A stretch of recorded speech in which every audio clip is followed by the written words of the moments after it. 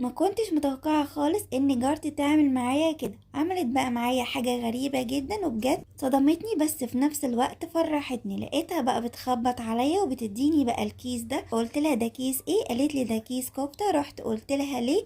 قالت لي بقى انا عارفة ان انت تعبانة ومش قادرة تعملي اكل، وقلت خلاص هساعدك بقى واجيب لك الكيس الكفتة ده تعمليه تحمريه للاولاد، وتعملي بقى جنبه شويه مكرونه بالصلصه، وكمان تعملي جنبهم سلطه خضراء. او بقى بلاش كل ده، ممكن تعملي كمان شويه بطاطس جنبهم وخلاص. او بقى لو انت شايفه نفسك كويسه ممكن بقى تحمريهم بعد كده تطبخيهم بالصلصه وكمان مكعبات البطاطس، وتعملي بقى جنبهم شويه رز عادي جدا. رحت بقى انا اخترت ان انا اعمل جنبهم شويه مكرونه بالصلصه، لان بقى كان عندي في الفريزر صلصه كنت مخزناها، طلعتها بقى اول ما فكت سلقت بقى المكرونة على طول، وكمان عملت جنبها شوية سلطة. المشكلة بقى ان جوزي اول ما عرف قال لي بقى ان انت غلطانة وما كنتيش خدتي منها